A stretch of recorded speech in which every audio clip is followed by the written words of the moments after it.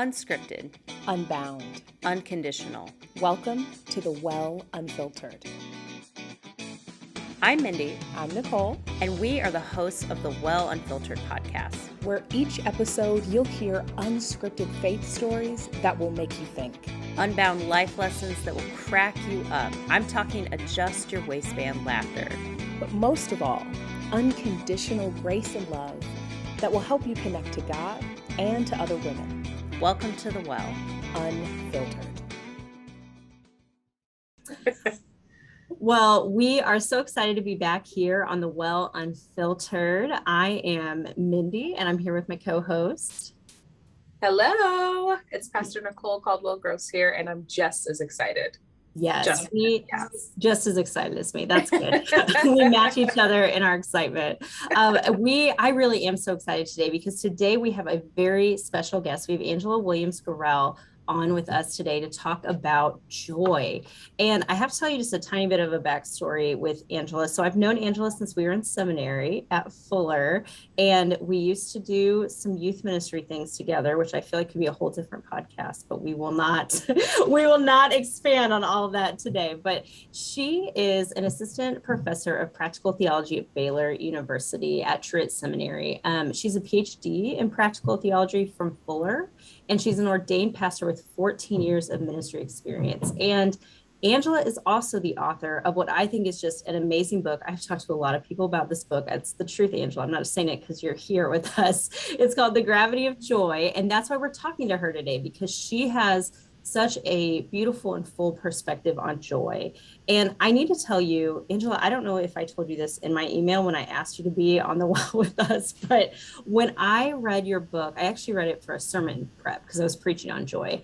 And I brought it with me to the community pool because I'm in this great part of my life where my oldest is old enough to swim on her own, and I can do what I call sittervising, when you sit and just watch your child do things. So I brought this book, which this book is beautiful, it's bright color. I'm yay, I'm gonna bring this book to the pool, it's gonna be great. So then all of a sudden I'm weeping at the community pool and thinking, this book is amazing. I am crying my face off. I know everyone at this pool because this is my neighborhood pool. So I just want you to know that's the impact that this book had, Angela. Well, first of all, I'm very honored to be hanging out with both of you. I love hanging out with other women in ministry. It makes my heart so happy, it makes my heart sing. And so, yeah, I just love talking to other women who are partners with me in ministering to other people and investing in their lives, and grateful for the work that both of you do at your church and in your community, and with your families too. And it's funny, Kate Bowler says that her next book, she calls it Medium Sad. And I'm like, maybe that's a good description. But also, there's something about joy. And I do talk about all these dimensions of joy. And that's what's so beautiful about it, is how modifiable it is. It's very modifiable in a way that other emotions aren't. But there's healing joy, sobering joy, quiet joy, exuberant joy, and so joy has this way, even when it is exuberant, of sort of, you don't know what to do with it, because when it fills you up, it's a lot, so even in the moments in the book when it's exuberant, when you're just oh, this is so beautiful, this is good, life is good, it's also, it's sort of, you cry no matter what kind of joy, I think. I do cry a lot, joyful or not. Oh my goodness. I love that. So I don't think I've ever heard someone talk about joy as modifiable. Yeah, this is not on our question sheet at all, but I want to know more about that, because I think that's a really interesting way to talk about joy. I mean, I think when you just think about other emotions, sadness or happiness, or any number of emotions we can name, I don't think that we think of them so much as different kinds or dimensions, but there's something about the profundity of joy. This is why I think Thomas Aquinas might have said that joy is the ultimate positive emotion. He says that every other positive emotion is caught up in the emotion of joy. And many other scholars have fallen in line with him, feeling like it's sort of the ultimate positive emotion. It's, and even Jürgen Moltmann says that hope is the anticipation of joy. And so that's why I say in the book that I think a lot of people think the opposite of despair is hope, and I think that it's ultimately joy, because hope is on its way to joy.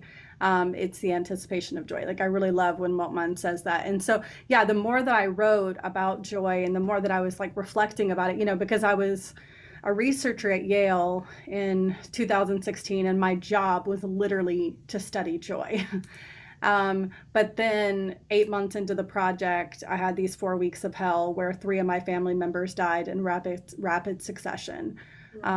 My family member Dustin died by suicide at 30. 2 weeks later, my nephew died very, very suddenly of sudden cardiac arrest. We didn't know he had a heart condition before he died. And then my dad died. Like I got back from my nephew's funeral on a Sunday and my dad died the following Thursday. So it was just in these like 4 weeks losing 3 people back to back. And so then I found myself at Yale trying to study joy in the midst of profound grief. And I really for a long time thought that just the work that we were doing on joy was quite trivial and that there were more more interesting, important things that we could be studying. But it was as I discovered that joy, like thinking about the different dimensions of joy, it was as I realized, oh, there's like a sobering joy, there's redemptive joy. And even, I mean, what we see these dimensions of joy and the way that it's modifiable, like what I was seeing, it was showing up not only in my life, but also in the research of other scholars that were a part of the Joy Project, but then also in the biblical text. Like if we look at Luke 15, which for me is like at the heart of like the sort of like the most beautiful definition of joy. I don't know. There's these 3 stories back to back of like things being lost and then being recovered, but what we see there is like a redemptive, restorative joy. And so, yeah, there's just, the more I thought about it, I was just like, wow, joy is just this very powerful emotion because it can be found. And this is why, and I want to get into this with you all, but why joy can be felt amid suffering is because of its like modifiability. The fact that it's not just it's not just exuberant joy. There are other kinds of joy. And that's, why I think the Bible invites us to be more postured and ready for joy rather than happiness or other types of positive emotions. Well, as you talk about that, Angela, we often hear joy defined as different than happiness. And I heard you just kind of position that in a different way. How would you define that difference? And what did you learn from this research and that? Mm-hmm. Thank you for that. I do think that it's important to note in this moment that I'm a theologian and not a psychologist. Psychologists sometimes, who are also people like who, and really the primary sort of disciplinarians who study positive emotions. So psychologists, some of them might disagree with me or might define them differently. But as a theologian, like when I'm thinking about it from a theological or from like thinking about the study of God or biblical studies perspective, or even like from a Christian, like looking at the Christian tradition, I think that happiness is, and I will say too, so there was a book, The Story of Joy by Adam Potke, that was very influential on what I'm about to say as well. And he talks in that book about the etymology of the word happiness. And he argues in his book that happiness is actually a much newer word than joy. Joy goes back to the Hebrew scriptures, to the New Testament, whereas happiness is a more recent coinage, like in English. So happiness began to show up more and more in the English language in the 1800s. And it was used, the definition was a calculus of material conditions. So happiness really was, the way that we were using it in English since like in the 1800s, and it was that we were looking at the materials, we had the resources of our lives. And what I would say now, we're looking at the circumstances of our lives, and we say, I feel happy about these circumstances. And so about the amount of money I have, about the kind of house I have, or like the relationship that I have and stuff like that. And I'm not like saying that happiness is a bad emotion, but I am saying that happiness is more of an assessment of our circumstances, whereas joy is circumstance agnostic, I like to say. Joy can be felt when we're extremely happy, when life is going really well. Absolutely, we can feel joy. I think about a moment when, maybe you're feeling very content in your life and you have a great house and you have a great job that feels, that pays your bills. And you look at your kid and then you have this moment of connection with them. And it's like, so you can kind of feel joy in the midst of very happy circumstances. but also joy can be felt when you're suffering, when you're very, very sad. And I think probably the easiest connection for most people is just when you're at a funeral. There's always, or for many people, there's usually a moment in either preparing for a funeral or at a funeral when you're thinking about this person's life and you're thinking about a moment that you had with them. And if you loved them and knew them really well, there's likely at least one moment that you had that brought you incredible joy. And when you think about that person, even if you're deeply sad in the moment, you can, like, there's this joy can live in close proximity to sorrow and like share. I say in the book, like, it can breathe its pungent air in a way that like other positive emotions can't, you know? And so the sort of biblical model for that really got me thinking about this in my own life, and is Ezra 3. And so one of the chapters I talk about how in Ezra 3, a bunch of people are standing around watching the temple be rebuilt. And part of the people are looking at it and they're rejoicing because they're so grateful that this temple is being rebuilt again. But then other people are weeping because they remember the way that things used to be. And Ezra says it's hard to distinguish the sounds of rejoicing from the sounds of weeping. And I just thought about that in that moment when I heard that, and I thought there's so much of our lives are like that, where there's this clash of rejoicing and weeping. I think of like the day that you take your child to kindergarten. I mean, where it's just this clash of joy and lament, right? Where like you're so sad. I'm laughing because we're both sending kids to kindergarten next year. And so I'm feeling all of these things. Go on. Yes. Right. I mean, you're going to feel that like of, oh my goodness, you're not little anymore. Like you're still little, but like you're not so little that you're not going to school. But now you're going to be like a big kid and you're going to be going to school, and then you got to like let them go and you got to watch them walk into this classroom. But then you're also so excited for them and you're like, oh my goodness, you're going to learn all these things and you're going to make all these friends and you're going to find who you are in the coming years. It's going to be so beautiful. And so, yeah, it's this clash of like lament and joy. And I think we feel it so much, especially on days that are like powerful beginnings or powerful endings, when you graduate, or somebody else you love graduates, your wedding day, like this or that, like it's the end of one thing, it's the beginning of another, like this lament and rejoicing happening all tangled up together in our spirits. I think, as you're talking, what I'm thinking is these are all very like big, heavy, I don't know if feelings is the right word, but I'm going to use that word because I am very feeling oriented. But, these are really weighty things to feel. And I think that there's a little bit of, I feel like we shy away sometimes from feeling those things because there's some risk involved with that. Like I'm laughing again at this kindergarten thing because I'm in that world right now. I mean, my daughter's in 3rd grade and my son is in his last year of preschool, and Nicole's got similar age kids. But the other day we were at the bus stop for the first day of school, and this kid on my street, I've seen him 2 times. It was his first day of kindergarten. I'm crying. I don't know this kid, but I'm just the feelings are there, and I'm like, you know what? I'm gonna lean into this because I feel the things. But I do think sometimes we miss out on joy because we're maybe like, we don't know how to access that big feeling. I don't know if you saw any of that in what you're researching, or Nicole, if you've seen that too. But I think when I look at my own life, I see like holding back from joy sometimes. And as you think about that, Angela, I would also say that I see that in church in particular, that there's something about our faith communities that makes people feel even more uncomfortable accessing the full range of their joy.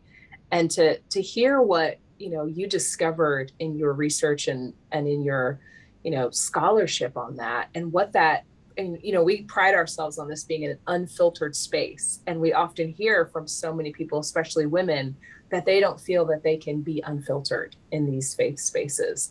What do you think about that? What has been your experience? Absolutely. I think that both of you are onto something here, and you're thinking about very essential parts of, if we actually want people to experience joy more deeply in our communities, we have to have communities where that's invited on a regular basis. People actually need permission to feel pretty much every emotion in their life. It's a like, yeah, so especially big emotions, whether ones that we would call positive or ones that we'd call what people might call more difficult emotions. I don't think there's anything such thing as a bad emotion. I think that I think every emotion is a teacher. I think every emotion has wisdom. And so it's about trying to get in touch with like, what is my like body, what is my heart trying to tell me? I love, there's someone who said that, I think it was Maggie Smith in her book, Moving Forward, or Keep Moving is what it's called. Maggie Smith says like she's tired of hearing people say that like my heart is broken because it's like hurting or it's sad or it's this or that. And she's like, your heart's not broken, it's working. And so I think we need more ministers like you all and myself, like saying to people, your heart's not broken, it's working. And so when you feel anger, when you feel fear, when you feel profound joy, when you feel, when you feel sadness, like that's welcome here, because you have permission to feel whatever you're feeling and to try to listen to the wisdom of that emotion and like what it's trying to say to you in your life. And so very much, I think it's important that our communities are very intentional about welcoming every emotion like on a regular basis, but then also being very particular about, are there times in our community that are dedicated to rejoicing? And like, what does it look like to build in ritualistic like practices in our community that help people to become more open to joy and to, in the words of Mary Oliver, give ourselves over to joy. I love Mary Oliver says, like, she talks about it being this emotion that we often stunt. And she says, like, joy is not meant to be made a crumb. So like, give yourself over to it. And but I think that there are numerous reasons why we don't when it comes to joy. One reason is Brene Brown says that joy is the scariest emotion of all. I don't know if you remember that, Mindie, in my last chapter. Where I do. And I'm like a huge Brene Brown fangirl. So Nicole is just like beside herself because any chance I get, I'm like, oh, have you heard from my friend Brene Brown? I mean, she's not my friend, but yes, I love her. I feel like a lot of us feel like Brene Brown is our friend, though. She could be. Yes. Yeah. Brene, if you're listening. Yeah, right. Brene, if you want to, yeah. But and I get what she's saying, because the moment you feel joy, you wonder, it feels so good that you wonder, many of us, like, when is it going to go away? Like, or I'm nervous that I'm going to lose this. And the thing is that I will say that joy is more ephemeral than happiness. I think we feel happiness more regularly, like more often than we feel joy. So I think it is a gift when it comes. And that's a very important part of my book that I want to drive home today, which is that I don't think we can make joy. I don't think that we can make ourselves feel joy. We can be open to it. We can be ready for it. We can live with open hands and be postured toward it.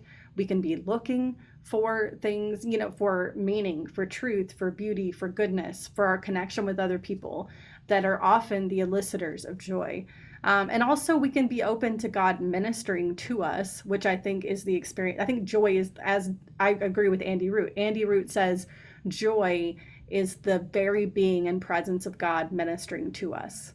So that's why even in the midst of suffering, joy can always, always find you, because it's God's presence ministering to you.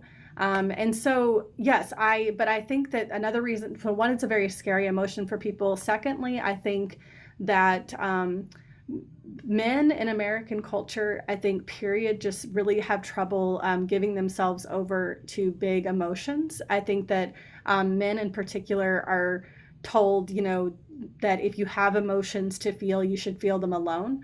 The one place that it is different seems to be sports stadiums. It's like the one place where men will be like overly joyful, but it's because there's permission in those places. So I just wonder, why can't church be more like a stadium? Like, why don't people have that, because Rowan Williams, he's an awesome scholar Christian who talks about like, why aren't churches like places of joy?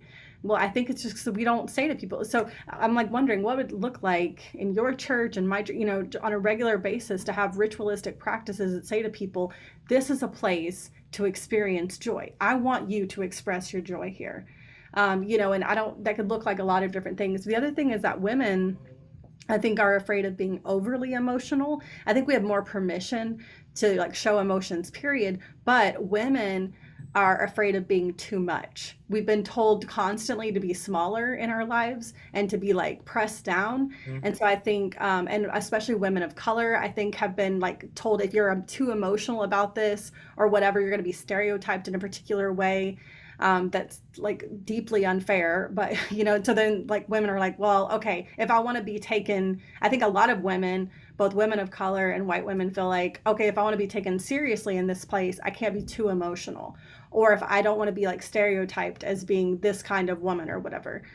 Which, by the way, my friend who's a psychologist here at Baylor, we were talking the other day about emotions, and she was like, actually, men are more emotional than women. It's like anyways, that's a whole nother conversation. But actually, that she's like, I would love to have that conversation. Right? Sometime. I feel like you need to talk to Sarah Schnicker. Yeah, Sarah, she's like, research, especially on marital relations between men and women, is that men are much more emotional than women. And anyways, that's a whole nother conversation. But that we are mischaracterized as being more emotional than men, but actually they're more emotional than we are.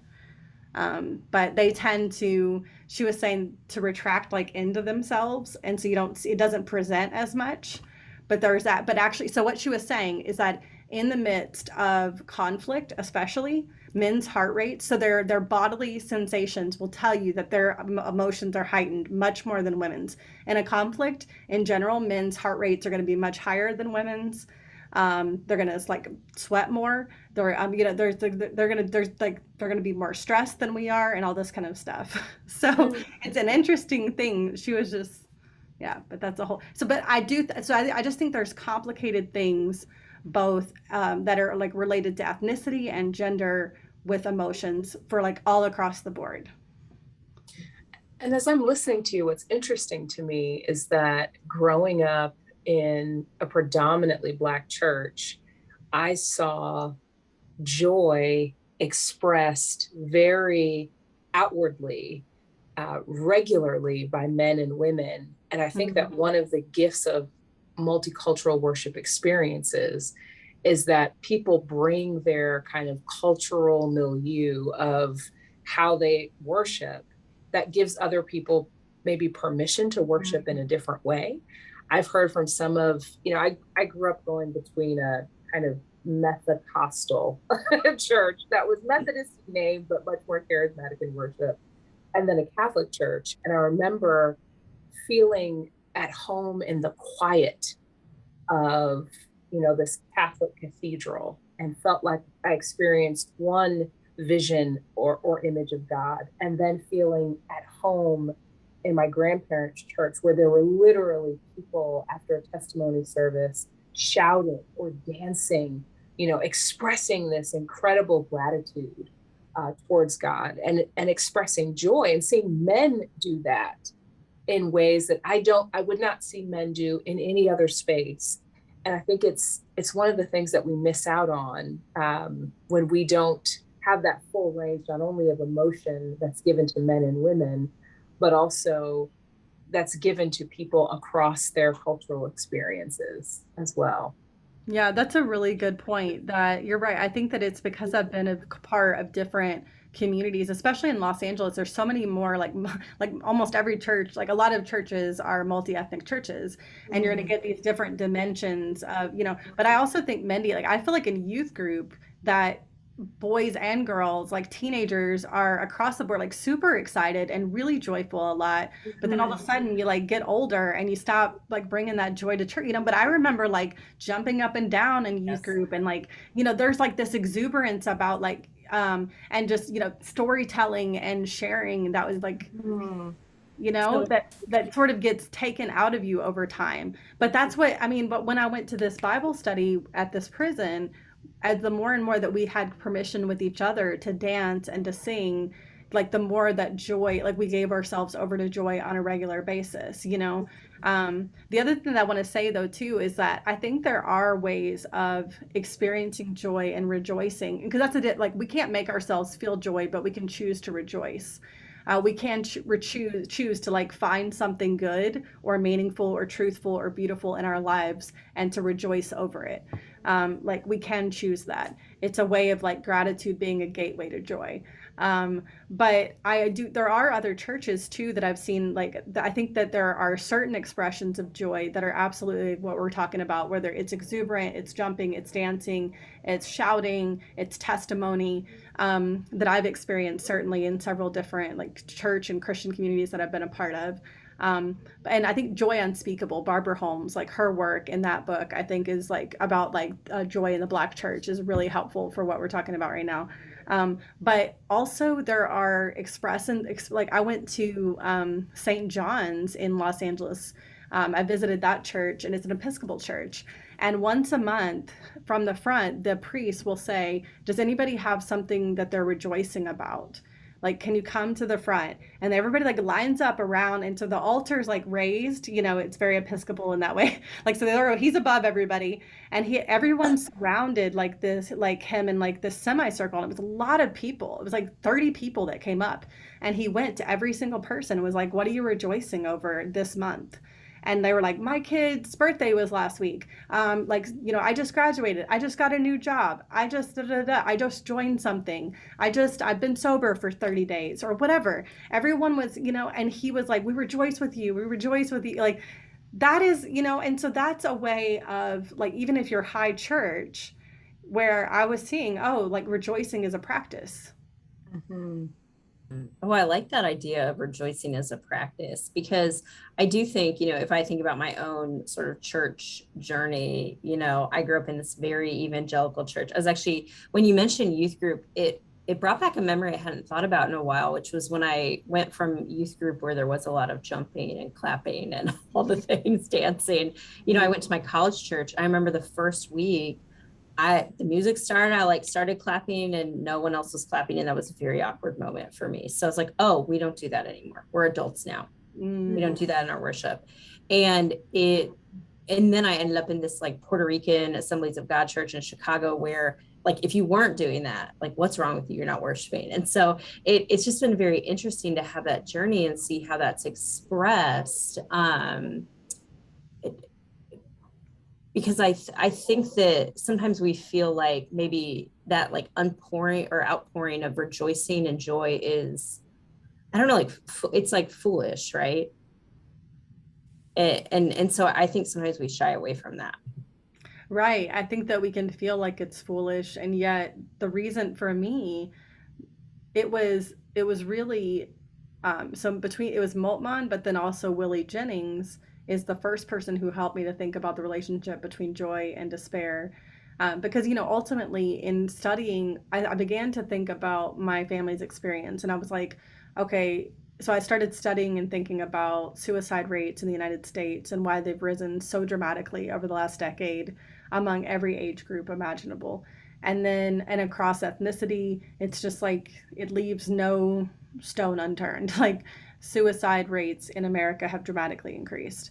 And then the opioid crisis, which also has touched every generation, every ethnicity, and then gone from, you know, very urban communities to rural communities to middle class, wealthy communities, which is when it really started to get attention. Like, you know, the opioid crisis has been in the United States for like since the 70s, really. You know, but it's like only begun to get like more and more attention in the early 2000s when we realized that it was hitting middle class and more like wealthier families. And people were like, what's going on here? Oh, and that's when we were able to look back into the 80s, into the relationship between doctors over prescribing and their relationship with prescription, like drug companies and all that kind of stuff, right? But the thing is that the opioid crisis, and I think it's interesting, there's a guy who wrote an article, Andrew Sullivan. Andrew Sullivan wrote an article for the New Yorker that was really powerful for me, where he was saying that every drug, like the choice of drug, says something about the cultural moment. And one thing that he was saying, he was like, opioids are an interesting drug to think about, because like meth makes you want to go and like do a lot of stuff and hang out with other people, for example. Marijuana is a very communal drug. There's other sorts of drugs that are just, but opioids make you feel warm and safe, and you do them alone. Like that's why you hear like people call, like usually the reason why there's so many overdoses is because usually people are using opiates alone. So it's like, why are people like, what is this longing for safety and for warmth and like this just like kind of coming into yourself? Like what does that say about this moment that we're finding ourselves in, you know? So between the opioid crisis and suicide, I was just thinking we really do have a crisis of despair in American culture. Like there's a sense, and I will say too for a moment just that I think it was like I was studying joy in this hand, you know, and then I'm thinking about America's crises of despair in this, and I'm asking like what's going on here and why. And I think when we look at the rise of religious nuns and duns in the United States, and Dr. Lisa Miller has a lot to say about this. She runs an institute at Columbia, and she does amazing. She's a scientist who studies the science of spirituality, and so she says she's able to make correlations between the rise in like the lack of religiosity and spirituality in the United States, less and more, you know, more and more people saying, I never grew up in a religious tradition. I have no religious tradition that shapes my life, or I left the religious tradition that I grew up in. Those are religious nuns, and the religious nuns are people who, I know you all both know this, but just for any listeners who maybe aren't familiar with these phrases, religious nuns are NONES, like people who have never participated in a religious tradition, maybe because no one ever invited them into one. But we've had this dramatic rise in religious nuns and duns since like about 2000 in the United States, and a dramatic rise in suicidality and in meaninglessness. And I think like Dr. Miller and myself and others are saying these things are correlated. Her science proves it. As a theologian, I'm seeing it in young people that I talk to, like in a lot of the communities that I'm in, like people are like, what does my life mean? What am I doing? Where am I going? And that's the thing, religion gives us this sense that we're going somewhere, that we're a part of this larger story that's being told. So coming back to Dr. Jennings said in a lecture once at Yale, he was one of my colleagues there, he said, joy is a work of resistance against despair. And the more that I thought of joy as being a recognition of and the connection we feel to things like meaning and truth, the more I realized, oh, wow, like if we recognize and we work to recognize and cultivate meaning in our lives and search for truth in our lives and feel connected to those things, like the more that we feel like meaning has something to do with my life, the more that resists despair. You know, and so that's how it all, and so that's where that's everything in my life, in my family's life, and the research we were doing at Yale came together, and I realized, no, joy is not trivial. Like joy is not a shallow thing. Like joy is extremely important. Like we need to feel the presence of God ministering to us. We need to have a sense that our lives have meaning, you know, and feel connected to that. I wonder if, and I know we're getting close on time because we can't stop listening and writing down quotes and being inspired by what you're sharing with us. But as you think about the relationship between despair and joy, I imagine that there are some folks listening and wondering, where do I start? I'm a part of what she is describing. I feel this rise in despair in my own life or in my family. And what would you say to that person? I would say, first of all, you're not alone. You're not alone in this. Many of us, just the last year and a half has been so difficult, and it's caused many of us to question the meaning, the sort of truth. We live like, it's not just the pandemic. There's been this rise of just a recognition and a newness of articulation around, I think, how divided we feel as a people.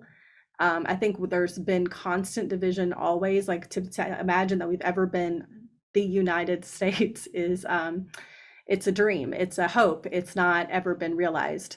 But there's, I think, a palpable, like we can feel it in a way that hasn't been felt like that, maybe quite since the civil rights movement. And I think, so we're feeling that. I think many people, the pandemic caused them to lose their jobs, or to rethink their work, and they're wondering, what do I do next? And how do I make sense of, and then I think a lot of people are having to take care of children in ways that they weren't having to, it's just like trying to juggle all these things. I think relationships got mixed up and got shaken up. I mean, and then a lot of people lost people that they loved to COVID and to other like diseases, and they weren't able to mourn in the ways that they really needed to. And so you're not alone. If you're listening to this and you're feeling a sense of despair in your life, you're feeling hopelessness, meaninglessness, you're struggling and you're lamenting, like, we hear you and you're not alone in how you're feeling. Secondly, too, I think one of the most powerful things that's happened in the pandemic is that telehealth has become a really powerful thing, right? I mean, I see my therapist entirely online. She lives in Pennsylvania. She's an amazing trauma therapist. And she bills me for the sessions we do every month, but we meet on Zoom.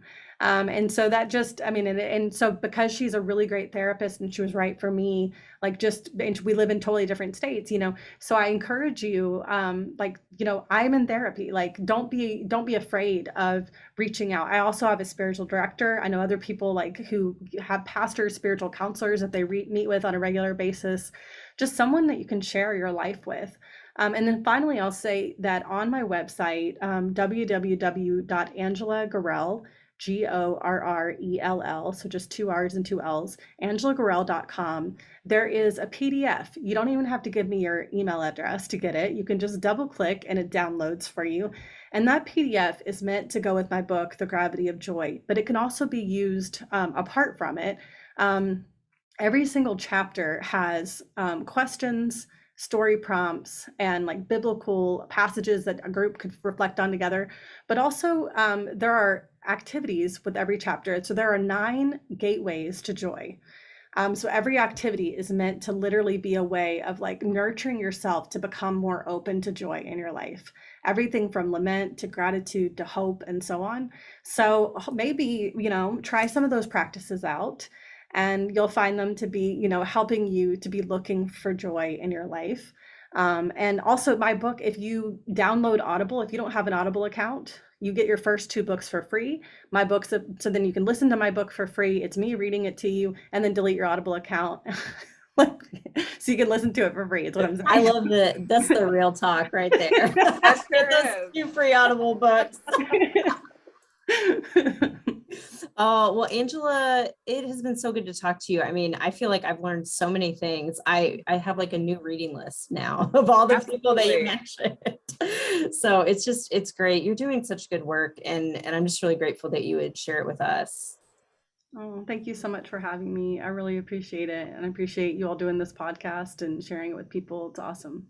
Yeah. Well, we have to ask you the question that we ask everyone at the end of our time together, which is, what's filling your well? And this can be something, very holy and deep, or it can be something very not holy and deep, but what is the thing that's filling your well right now? Yeah.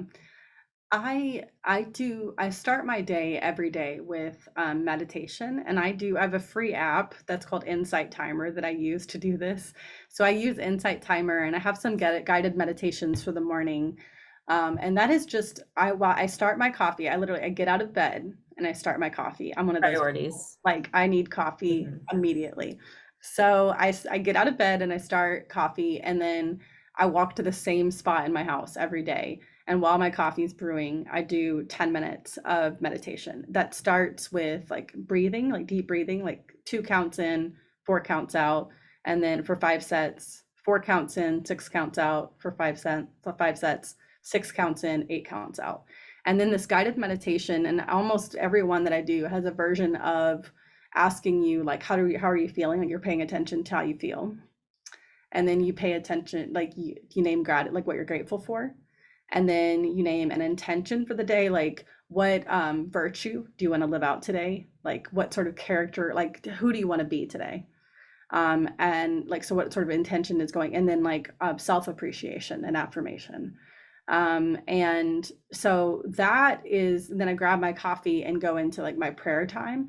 And the other thing that's just really filled up my well lately, I think one thing is, especially during the pandemic, I felt like I had so much to pray for.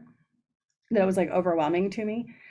So I divided up my prayer list by like world event each day. Like I can only pray for like refugees, is the refugee crisis is one day, like, people who are enslaved around the world is another day, like war and peace is another day. I can't pray for all the world, but I would just get overwhelmed with like what I wanted to pray for, and then the number of friends or my students, my work, my family and stuff like that. And so dividing up my prayers by day and like having a list for each day. And then whenever I get a prayer request from people like, hey, will you pray for me in my cancer treatment? I just add it to a day and like balance it out over the week. Anyway, you all, that has been such a helpful practice in my life. And that's really filling me up. So it's like meditation and breathing, like guided meditation and breathing into prayer time. That's very intentional, has been really filling me up lately. Oh, that sounds so good. That sounds like a great way to start your morning. Yeah. I also do, though, quite frequently. I have a little home gym now because of COVID. So I spent $4,000 on dumbbells. No, I'm just kidding. But really, they were way more expensive than they should have been. Like, I feel like every single person listening to this is like, yes, me too. Yeah. Me too. No, it's like to find dumbbells was like a thing. Last summer, it took me 6 weeks to find some dumbbells, but I'm like a huge working out is like is a huge de-stressor in my life. So anyways, I just have a few dumbbells and like a medicine ball, stability ball, and a yoga mat and a bench, and like then I'm go. But a lot of times I will just play music and dance like in between my sets and stuff like that. And I'm just like, hey, okay, because I just gotta like, that's also filling up my well. Just, yeah. Well, you have certainly filled up our wells today. And I know for those that are listening who are searching for joy in new ways, who are navigating great challenges, or I'm thinking as a person who is also still navigating a grief experience, how meaningful it was to hear the connection that you made between that and joy, that this has really been a blessing for us. So thank you for your time. Thank you for this incredible assignment that God has for you in helping us to understand joy better as people. And we just continue to pray that you would dance in between your your meditative moments, and continue just being a bright light for us. So thank you very much for being with us today. Thank you.